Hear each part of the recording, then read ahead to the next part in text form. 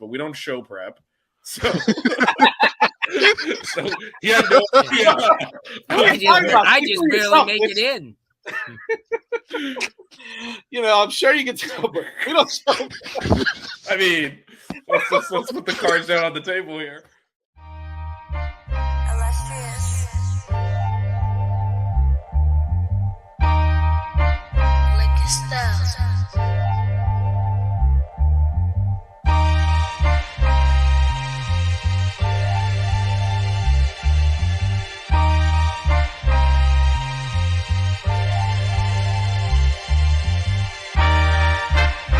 Miami Hurricanes, yeah. You know the name already. It's Mercy. Ha ha. It's a 6-rig Kane show. Can't forget the name though. Got Jazz, Blue, Vision, DJ, break the game code. Ain't no changing them, ain't no breaking them. Real Portland live from the Hall Ride Stadium. Ball 14 for the orange and green. We see the 6-rig champs. It's more than a dream. This is life on the field. Beyond 100 yards, a hurricane that's never still put a damage to your squad. The 6-rig Kane show. The 6-rig Kane show. The 6 Rings Kane show. You know.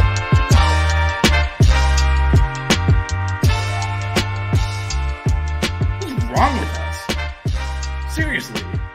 What's wrong with us? We're Miami Hurricanes fans. Welcome to the 6 Rings Kane Show, a show dedicated to Miami Hurricane sports, featuring the legendary Larry Bluestein, Jazz Santana, Vish, and Danny Gillette.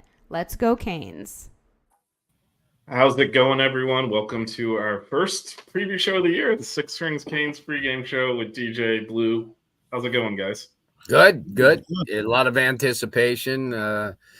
This is, you don't know. I mean, you obviously know that South Florida is going to come out with a lot of emotion, big crowd. I was just looking at couple of the Borogalis and the kicker from USF grew up together, and so they were hugging at midfield. So I'm just trying to catch up on everything that went on today. So it's a lot of anticipation. This is the first of 4 games that obviously Miami will take a step up each week. And Virginia Tech is looking around. Yeah, well, up and down. But that is a rivalry game, so that is. Yeah, they always get up for the rivalry games. Virginia Tech does, so I would still count that as a tough game. Yeah, on a Friday night where there's going to be a lot of people watching, and then obviously the trip to Cal, trip to Louisville, who's looking pretty good against Georgia Tech. I think we're kind of underestimating Georgia Tech's not bad. Yeah, that's a tough trip to Atlanta later in the year as well in November. So it's not going to be easy. I guess Jazz is imminent on his arrival, but I'll go ahead and while we're waiting to You Break Will Fix. So our sponsor for today's show is You Break Will Fix, Miami's premier wheel repair and restoration company for over 20 years.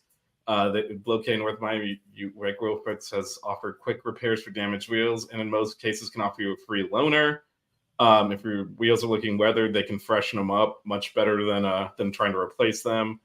So they'll refinish in-house. They do powder coating, machining, polishing, and they'll make your car look like new. Contact marketed staff 305-748-0112, and you can follow them on all socials at You Break Wheel Fix.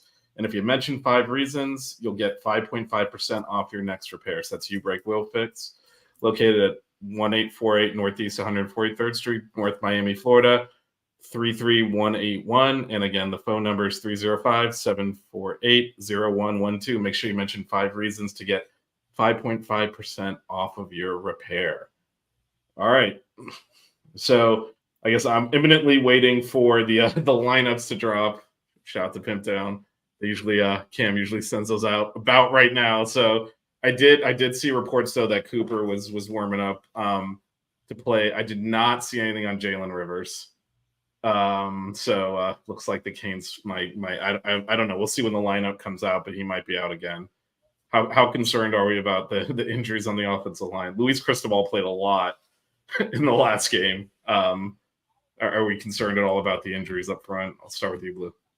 No, I don't think so. They have enough depth now where, they showed, last week, the week before, when putting in, couple did, like you mentioned, Cristobal, who obviously, is playing as hard as he can play. That's all, I mean, he may not have the talent that the rest of them do, or, but he's more than serviceable. And, we saw Bell also got in there. So it's this is a team deal. And I think you said it last week, Vish, Miami has a way of, you got to play on emotion when you're on the road. I was watching, obviously, Michigan jumped on USC quick. And then, a lot of these schools, even, DJ's team last night, Nebraska, jumped out quick. And then all of a sudden things kind of evened out. So that's what's going to happen. I think that USF's going to come out with a lot of emotion. I think,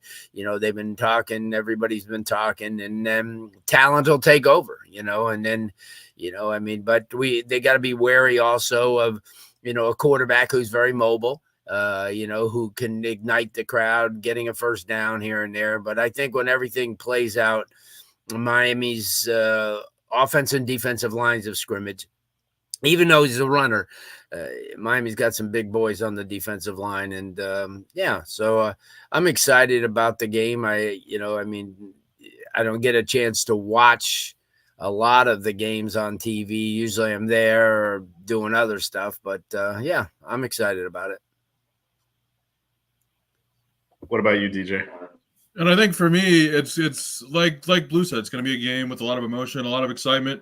One of the guys that I'm watching for on the opposing side is Kelly Joyner, the running back. He had 117 rushing yards last week, and he's an explosive player. And USF passes the football just above 43% of the time when they call plays. So I expect Kelly Joyner to be featured a lot tonight, and that means Miami's run defense has better step up, and he's a player that I'm going to be watching to see how they contain him and how make sure to make that initial tackle. Don't let him get to the second level, and so they're not a very good passing team, but the running game is something I'm definitely going to be focused on, and how Miami defends it I think is going to be important to winning this game. I mean, of course they have the better talent and the better roster all the way around, but you never know on any given Saturday, or in the case of Nebraska, Friday night.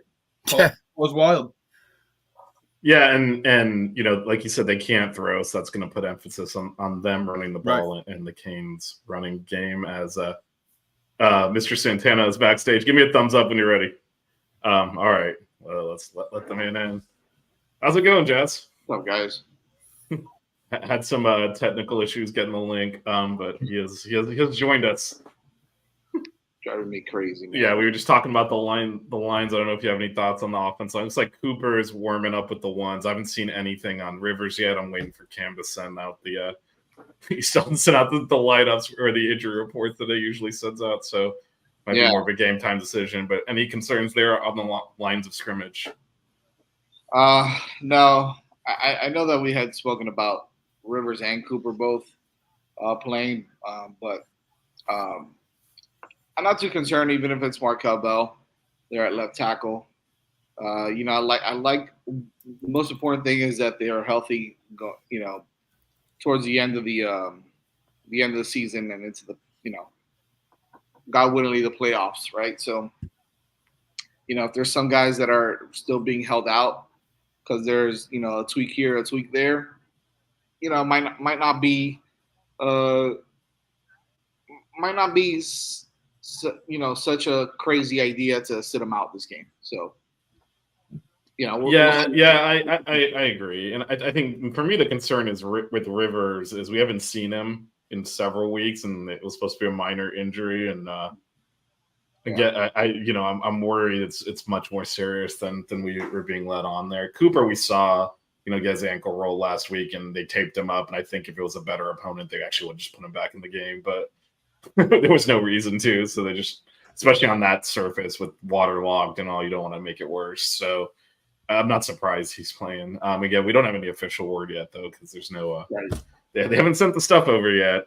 With that said, it does look like weather conditions will be ideal for Cam Ward to throw for about 1,000 yards out there. So that is the goal. As always, the goal. Get that Heisman back to Coral Gables. So, all right. So, I guess let's do a little bit of quick around the horn. What? We'll start with you, Blue, and just loop around on which matchup you're looking for. You're looking at. Well, obviously, when we're talking, as you and DJ said before, we're looking at a predominantly running team. So obviously, Miami's been, against the last couple opponents who all passed, and then they're, the superior defensive line had to. They're just a pass rush. It's going to be interesting. We'll see how they stop the run. We haven't seen them, have a quarterback with this mobility. And as DJ mentioned, a couple of kids, Joyner and Naquan Wright, both run the ball. But the difference is to run the ball straight ahead, you're going to have to beat their offensive line is going to have to beat yours. And I don't think that's going to happen. So what it does is now it adds a dimension where the linebackers and the safeties are going to have to be active coming up when he extends the play. This kid, I watched him. I watched the Southern Mississippi tape, and that's one of the things that he did is that he's always on the move. He's never going to be a drop back passer. He's just not. That's just not in his mode. And then, but if he does, Miami's got the type of defense that'll get after you, and plus the quickness, at linebacker and the quickness in the secondary to kind of counteract that. So, it's sort of like I watch these teams like who run like wishbone, do whatever, these crazy, but it takes a time to adjust to it. So I think what's going to happen, and no, you can't get a spy on a kid like this because he can still throw. I mean, but I think that's what's going to happen. You're going to see guys like, I think Wesley Basaint is going to be on him a lot this evening. Mawanoa at linebacker. I think the linebacker play, because we know Miami can control the offense and defensive lines, but I think what's going to happen when you have a running quarterback, you have to be disciplined, and I think it's going to come down to the linebackers, because if you don't have a threat to pass and to go upfield, then your safeties and your corners are pretty much going to be run support all game, and that's if he hits one, and kind of crosses people up, which happens, all the time, no matter who it is against, they just adjust. And that's the one thing about this team, other than the last couple of years that we've watched, is they can adjust, and they make, they make adjustments, and that's something, we went into halftime sluggish against all those teams in the past, and we all said, where are the adjustments? How come we're not making it? I think that USF will fire their best shot in the first couple of series, and then Miami will have to get together. Same thing on offense too. I'm sure they're going to be sending a lot of people. And they're going to try. The thing is, and I think Jazz brought this up last week, when we run tackle to tackle. You got to get outside, even if you have to use Johnson, because we're not going to continue. Everybody, if they know you're going to run, they're going to stack the box against you. So Miami needs, and obviously with King, with Cam Ward, Freudian slip there. He's got an opportunity, really, he's going to dictate everything on offense. And we know that he's done that the first 3 games. So defensively, got to be patient. If he runs the ball and he does well, just go back and, make adjustments. And I think this team's too good not to make adjustments. Go ahead, DJ. I think for me, it's going to be not necessarily a matchup, but for the defense to make Bynum Brown uncomfortable. We know he likes to run with the football. We know he's not the best passer, and that they'll be keyed in on the running backs. But one of the things that really stood out to me about, Brown is, even when he, again, he doesn't have the best numbers, but he has 0 interceptions on the season, and he's very careful with the football. So I think, for me, watching them try to get pressure on him, try to force him out of the pocket and contain him, because you guys mentioned his running ability.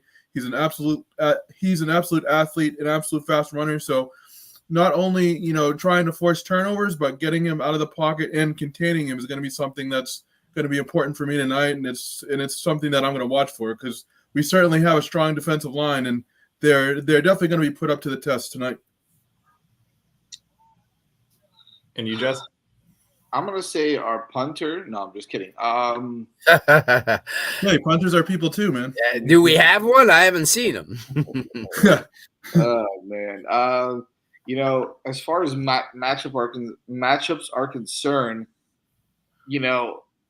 we pretty much have an advantage everywhere, right? So I think for me, it's more about,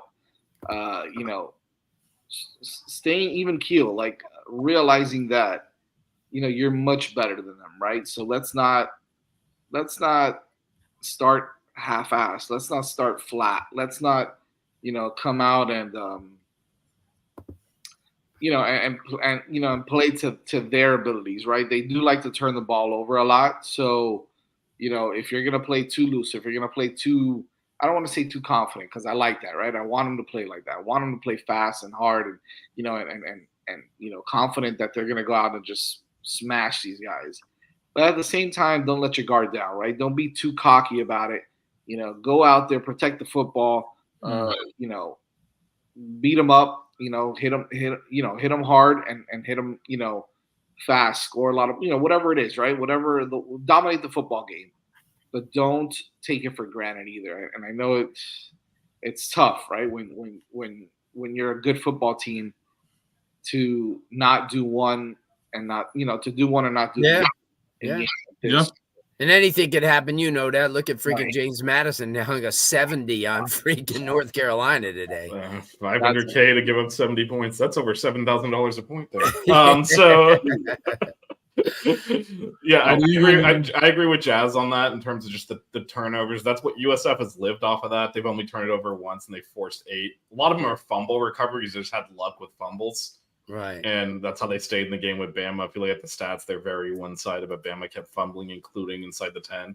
And that's what you don't want to, find yourself in a close game where you're like, we should be up by 4 touchdowns right now. One of those situations.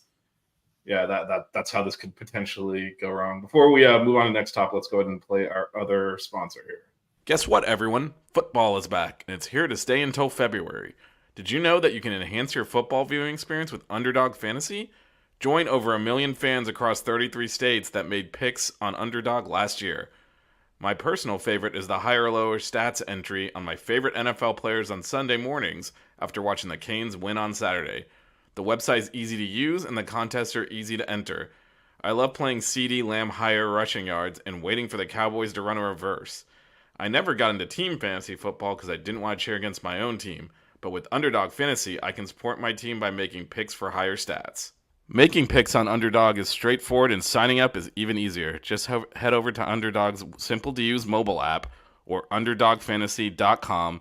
Sign up with the promo code 5REASONS. That is the word 5 reasons spelled out FIVEREASONS. And Underdog will give you a free pick to use on your first cash pick'em entry, plus up to $1,000 in bonus cash when you deposit. That's Underdog Fantasy, promo code 5REASONS, to claim your new customer special of a free pick and your deposit over.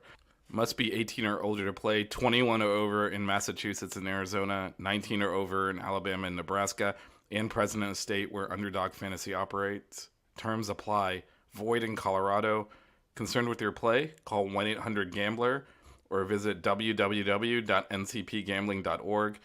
In Arizona, call 1-800-NEXT-STEP. That's 1-800-639-8783. Or text NEXT-STEP to 53342. In New York, call the 24/7 Hope line at 1-877-8-HOPE-NY. Or text HOPE-NY, which is 467-369. Yeah, look at you, man. You're just... That's a mouthful. Yeah, That's a professional read if I've ever heard one. Oh yeah, that's you're It's- doing a great yeah. job. It's something. I noted the timestamp for the post show paperwork I have to do. So Before we get it going, are you guys watching this Georgia Tech Louisville game? I Yeah, thought we it were was just tight. talking. I saw it was tight. Yeah, Blue talked about it Yeah. earlier. Louisville was up 24-17, 4th and goal at the 1 yard line, and Georgia Tech tried to run an RPO quarterback sneak, and they got stuffed. Yeah, well, It's I'm watching, Cheney ran LSU. pretty well before. I Yeah, was watching him a little Don bit. Chaney's in. Jaleel Skinner's the backup tight end. Corey Brooks, former Alabama and Booker T guy. Mhm. Yeah, they got some dudes, So, but I think I Good was telling game. Fish, huh? Georgia Tech. That's a good game. Georgia Tech is a Great good game. team. Yeah, that's what Blue was saying earlier. They're probably Yeah. better than we think. Yeah, Georgia Tech's Georgia Tech. I think a little bit better than we thought. Yeah, But I could have told you that. Well, Virginia Tech just got a touchdown to 2, so they have cut that Rutgers lead down to 8. Wow. wow. That's Trying to hang in there. That's Trying to another hang in thing. there. Rutgers is a lot better than I think people think. Also, I they're think- a I good think- line. They're always tough. They're always physical. I also think Virginia Tech is not good, but we'll No. talk about that on Monday's show. Yeah. Let's Sure. not Yes, jump including ahead. next on the schedule. So we've gone over the offensive line for Miami. We've gone over a couple of other things as far as matchups are concerned. I think that for me, just for the Miami Hurricanes, again, it's about this game is about it's the first, what a lot of people are calling the first test Yeah. per se for Miami, right? It's a team that's been able to hang in there with Alabama. Who they've beaten have been No, terrible teams anyways. but a win is a win, and it gives you confidence and it lets Yeah. you, Right. know you can do. I And then you watched kind of look back and you see, hey, Florida put 45 today on Mississippi State, so now they're 2-2. So that win starts to look a little bit better. Also, all these things, are great, but I think the main focus for Miami still has to be just control your own destiny, win every single game, and then you don't have to worry about anything. It's tough to say what they can do wrong in this game, but at the end of the day, that's the biggest thing, is to be able to stay focused, right? And a lot of Hurricane teams in the past, we've gone, we've done it ad nauseum at this point. It's talking Right. about how they seem to falter down the road, or in a game that they're supposed to win, or when everybody thinks the hype train is everybody's all aboard the hype train, all of a sudden they kind of falter and they do something they're not supposed to do. But I'm really, really, really I'm for me, this team is different. This team is different. This team is not a team that you get I get nervous. I know Vish doesn't get nervous about it either, right? He's always No. but before you talk to people and you're like, yeah, man, as long as they don't, this could be a tricky trap game. This could be this could be that. You got to be careful. My mindset has been, nah, I mean, I don't think it's a trap game. I'm not nervous about, oh gosh, is history going to repeat itself again? Are you all starting to feel that way? And I know I'm going to go with Vish at the end because I know he doesn't feel that way, but are you all starting to feel that, this is a team that is going to be prepared for every single game, regardless of who they're going to play? And they're not going to, their character, the team that Mario has built now this is proof that type of stuff, that type of thought process, you can kind of throw out the window. Do you guys feel more confident that there is no trap game per se, or no game that you look at, you say, well, They've dropped this game before. Look at the numbers. Look at the matchups. Right, go personnel by personnel for every team that we're gonna play. Just moving forward, do you see a game? Do you see this team as being that team where history could repeat itself, or do you feel comfortable that hey, we're gonna start off right here, boom, with University of South Florida. We're gonna show you that this team is not the same as some of these historic teams down the road where you see that they go 8-0, 9-0, and all of a sudden they drop 3 straight, and there goes a chance. DJ, how do you know?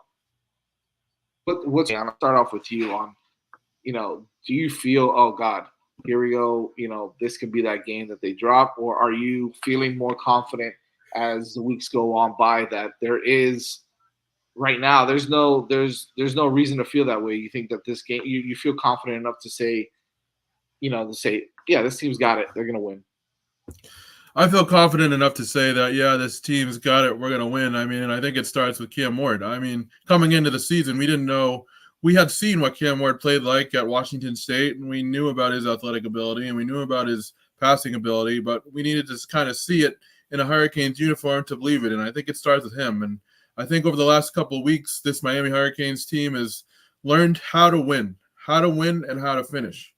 And, we were talking last week about the slow start that they had in last week's game. And then they turned on the Jets. They finished the job, and they managed to get it done. So I think we're seeing a different sort of mentality with this Hurricanes team. And, I would definitely feel confident in every game, but it's college football. Right now I'm watching UCLA, LSU, and granted, LSU just scored another touchdown to take a more comfortable lead, but UCLA has been hanging in there all afternoon, so it's college football. Anything can happen on any given Saturday, and I do think the Hurricanes are prepared for whatever's thrown at them.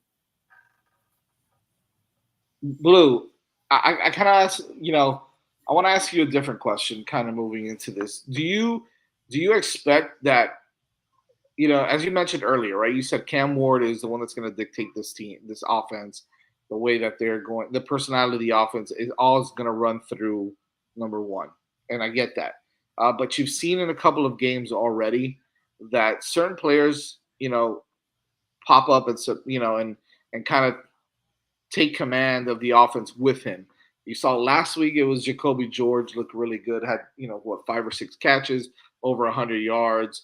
Restrepo's been pretty steady with his dominance throughout every single game, being that guy, right? That number, the best slot receiver in the game, and one of the best wide receivers in the game right now in college. But there's always been other guys, right? Like you saw AJ Allen kind of pop off a little bit towards the end of the game. You're seeing certain guys kind of show, they show out. They shine bright a little bit. You've even seen the tight ends do their thing here and there. But if you're looking at that first game, that was all Cameron Restrepo, right? Like that's what it felt like. It felt like the Cameron Restrepo show. They were putting on a clinic with the way Cam was throwing that football around. Game 2 against A&M, it was, we ran the football really well with Mark Fletcher and with Martinez. Even Jordan Lyle got in on it, right? So there hasn't been much of a separation as far as like this one person and then nobody else kind of did anything. Do you expect the same thing just moving forward as far as like, well, this is a game where Damian Martinez can run for 600 yards, or obviously I'm just throwing out stupid numbers there, or do you think it's going to be a game where Shannon Dawson and the offense is just going to toss it around and find the best matchup and just go after it, and whoever it is, it could be someone completely different. It could be Shamar Kirk for all we know, right? Is it that type of game, or do you think this is a game where a specific player can kind of take over the game? If there's someone that you see that says, I have a feeling this person is going to have a big game today.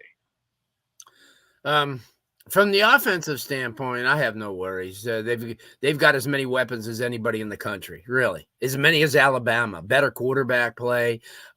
Offensive line is really, really good. They got 6 guys that they could throw to. They got 5 guys to run the ball.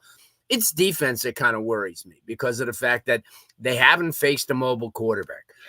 And that's the only thing, you know. I mean, I'm 2 minutes into the game, I may say, oh, what a foolish thing that I did. But I think that's where USF can stay in this game for a minute or so because of the Miami hasn't faced a mobile quarterback. So that's the one thing too. I think that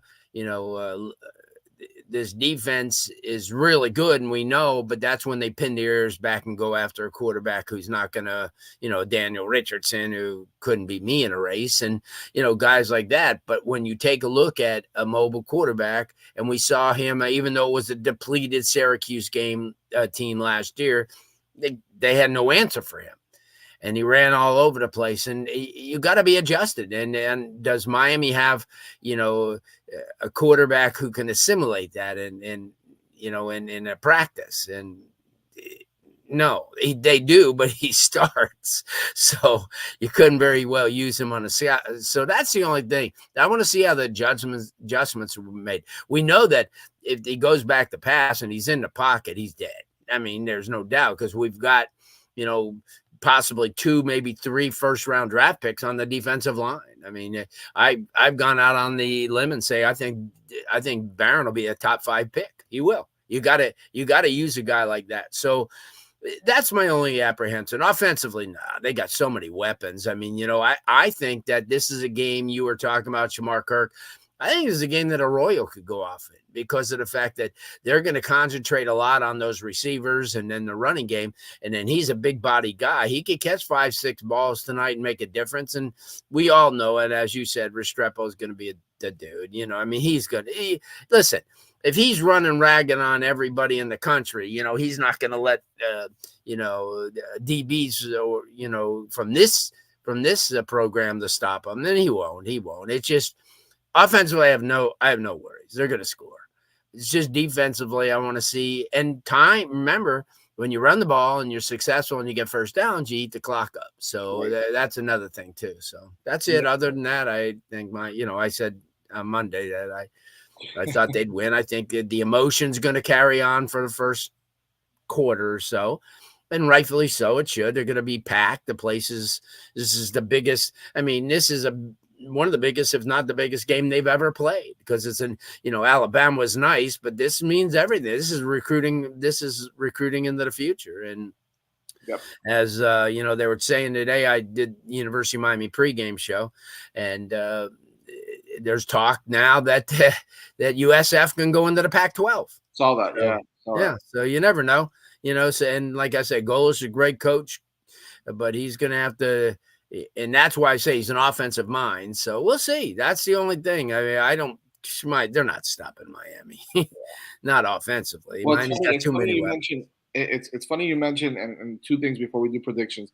It's funny you mentioned Tyler Barron and some of these guys. I actually saw a publication this past week that said that, and it was I can't remember which one it was, but a well-known one that says that Tyler Barron was in the top 10 in the Heisman race right now. The guy's a stud. I mean, it's like, he's Jalen he's ridiculous, but he's not getting Heisman. Defensive end. Let's be real here. Only Hugh Green could do that. Yeah, he's the dude. It's a quarterback award to begin with. Sue almost did it also. So, and by the way, the kid that reminds me a lot of Restrepo. Just looking at some of the highlights, Blue, you'll catch that kid Jason Lopez over at Chaminade. He's a good ball player, man. Hopefully Miami's on him. But they are now. See, now that Malachi Tony reclassified to 2025, now they are right. They didn't want to bring in 2 2026 slot guys, so maybe. Although Penn State offered him, and he got offered by Alabama and Wisconsin. So we'll get into it on Monday, but it should be interesting. All right, let's do predictions. Well, perfect lead in from Talawa. Or we believe in the 17-point spread for today. So there we go. We're about to do some predictions. You mentioned that because is 17 enough, Vish? No, it's not going to be. 17 would be disappointing, to be honest. I mean, look. Obviously, the goal is to win the game, but on paper, the Canes should be this. I don't think USF is better than Florida. Like, I don't think they would go into Mississippi State and win. Right. I don't think they're very good. I think they got a lot of mileage out of playing 3 quarters of a game against Alabama, and so No, I don't. I think I would have. I mean, I didn't put money on it. We covered the team, so don't do that. But I would have certainly taken the Canes with that spread. I have them winning comfortably. I know we talked about this in the show on Monday, but I have the Canes winning 47-13, and I think it'll be kind of over pretty quickly, and then it's just academic for the score. Yeah. What score do you got, Blue? The same thing I had on Monday, 38-17. 38-17, that's right. And I think DJ, you were around there also, right? Yeah, he was. He did. DJ wanted to take mine, but he had to readjust it. Oh, that's right. What was it, DJ? What do you got? I forget, honestly, but I can make 41. one. I think he said 41. He says I can make one up. Yeah. I can take one up. Yeah, probably like 41-10 or so. Okay. And I said Miami wins 40-16. I remember that. Yeah. Yeah, so none of us really are even close to the spread, which is interesting. No, I might be the closest one, right? 24 points. Yeah, I mean, the only game where they were even anywhere. I mean, last week it was 30 something was the spread and won by 62. So yeah. The only one that FAMU, that field goal that kicked at the end is what covered it. So that one was that was the only one that's been close to spread, but the other two covered easily. So well, let's hope we continue that trend, and I think Miami's going to again just show everybody they're the real deal, and they are one of the best teams in the country, and continue to develop that depth and continue to to score points at a high rate and have fun doing it. And I think I think they're going to make a believer out of everybody. So they're already dangerous and people are already scared, and I love it. And let's just keep striking more fear into the hearts of college football fans, because I think that if this continues, it's going to be hard to go against Miami for anything, and it's so exciting to see Miami back on the map. So hopefully it continues and we keep going. Yeah. Just a couple of things before we wrap up here. The game's on ESPN. The Auburn-Arkansas game, there's about 5 minutes left. Wow. Arkansas is driving already up a field goal, so we just don't want overtime. After ESPN's inability to move the game to another channel last week. Everybody. Yeah, it's on normal ESPN. The other game's got to end first. So, but that's looking okay right now, at least from that standpoint. And all right, you mean to answer that question? Yes, I think they are. Yeah, give me a chance to warm up my chili a little bit more. I think they're a little bit low, actually, to be honest, because like Missouri's in front of them and stuff, which is egregious. Yeah, but it's okay. I'm okay with it. But everything will take care of itself because three of those teams play each other. Not worried about it. Just win. That's it. Just win. Yeah. Thank you guys for joining us on the pregame. We're gonna do post game. We're gonna do post game though. We'll be back for post. So make sure you keep it locked, and we'll announce it on Twitter, and I'll try to show up on time this time. So. Other than that, let's go. Let's get that W and go Canes. Go Canes. Yep. The 6 Rig Kane Show. Yeah. The 6 Rig Kane Show. Yeah. The 6 Rings Kane Show. You know.